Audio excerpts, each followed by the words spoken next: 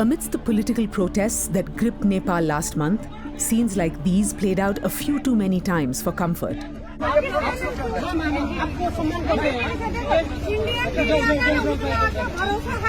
Indian journalists heckled, chased, even assaulted. For many Nepalese protesters, these reporters weren't journalists doing their jobs, but rather mouthpieces of a political agenda from a larger, more powerful neighbour. Television in India today is suffering a large-scale credibility crisis. Whether it is about sensationalizing a whole bunch of issues. दिखाएंगे आपको वो खबरें जो आपने दावा है कहीं नहीं देखी होंगी। मगध की धरती पर रण छिड़ चुका है। Whether it is about conducting communal debates day in and day out. Love जिहाद यानी शादी के बहाने धर्म परिवर्तन की कुछ असली कहानियों के बारे में जानिए। Whether it is about really trying to sound patriotic and hyper-nationalist and lose objectivity of coverage. Thank you for joining us and staying with us here on our special broadcast, Proud to be Indian. And not doing the very basic of journalism, which is asking questions to those in power and authority. So the kind of decline and credibility crisis that started within India, that has spilled over as a larger image problem in the neighborhood, where Indian channels are followed closely. With the Indian media, it becomes, I think, especially frustrating for Nepalis because, in a way, if there is one country and if there is one media that should know Nepal better, it is India.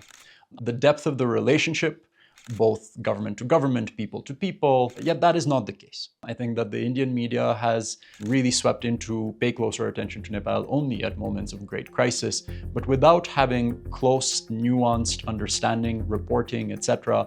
through the interims, it becomes very difficult to report well or to make sense of events when everything is moving this fast. It was some of those failures in reporting that got Indian media heckled in Nepal. In one viral clip, a reporter was visibly excited when he found a group of young protesters delivering exactly the message he seemed to be looking for.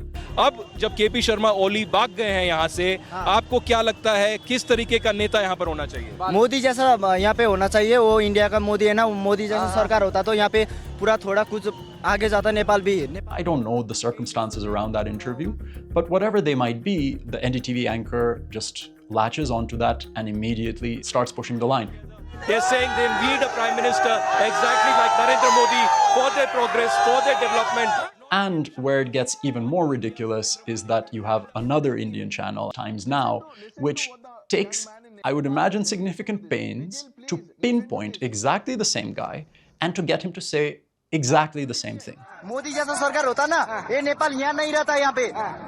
ये नेपाल सबसे आगे रहता है, विश्व का सबसे आगे रहता है. This narrative that's being created that Nepal wants Modi or a leader like Modi, that this moment is about something like a resurgence of the demand for a Hindu state in Nepal, that is so completely off the mark compared to what is actually happening here that it really doesn't take a genius to see through the games that the Indian media is trying to play. Nepal को हिंदू राष्ट्र बनाने की मांग तेज हो गई है. And I think it's also becoming very, very clear that the Indian media's priorities are not in any way connected to giving people a realistic assessment and a realistic reflection of what is happening here. We wrote to NDTV and Times Now asking for their response to that critique, that their journalism can be so focused on a predetermined narrative that it's often at odds with a more complex reality. Neither outlet wrote back, even though we followed up. Nepal, however, is just the latest amongst a number of India's neighbours, where Indian media have developed a poor reputation. When protests in Bangladesh forced Prime Minister Sheikh Hasina to resign last year, Indian channels were all over the story.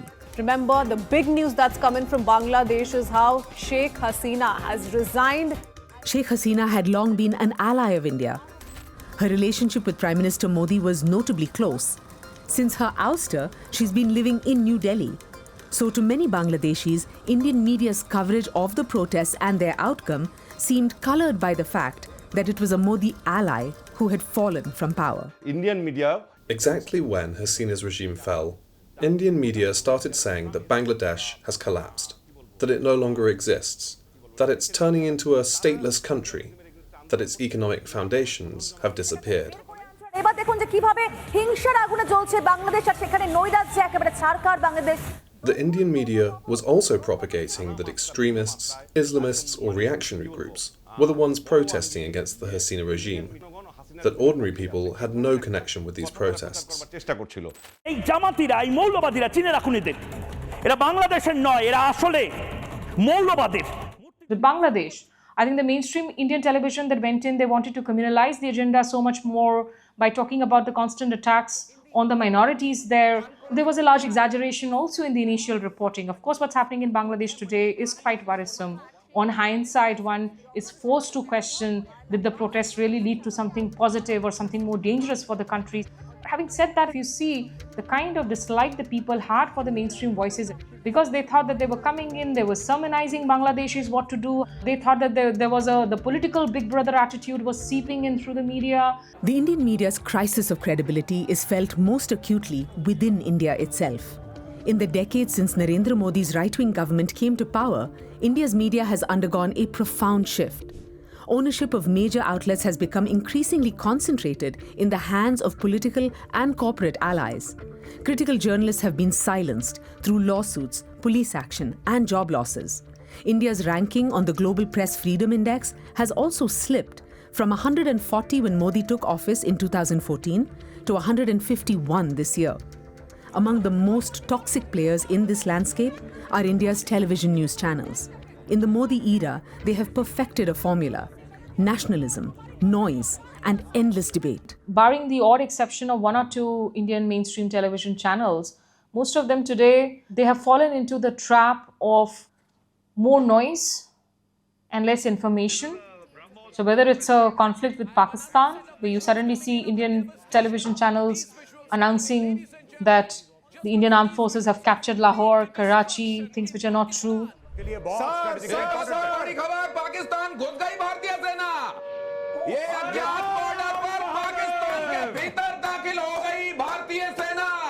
You see a lot of jingoism, a lot of hyper talk.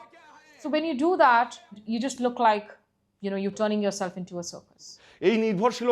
With neighbouring countries, there is a dependence on each other. However, if one of the two countries, especially the larger one, takes advantage of the situation, that is abuse. Indian media is so skewed in favour of the Hindutva ideology and consistently abuses the access and influence it has in Bangladesh. If they had observed the people of Bangladesh closely, if they had reported honestly, they could have preserved the long-standing goodwill that Bangladeshis feel for India and its media. But they did everything to destroy that trust. I think the Indian government's domestic agendas certainly have a massive impact on the way that the Indian media is covering the neighborhood.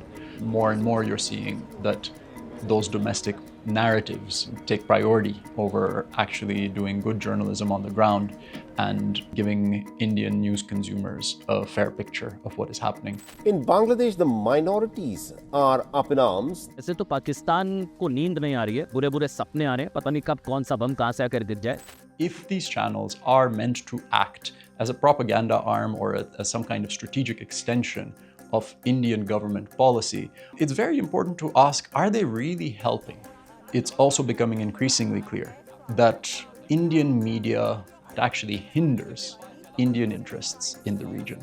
If these channels are meant to act as some kind of aid in terms of India being able to promote its own interests in the region, I think that it's becoming increasingly clear that this media is actually a liability.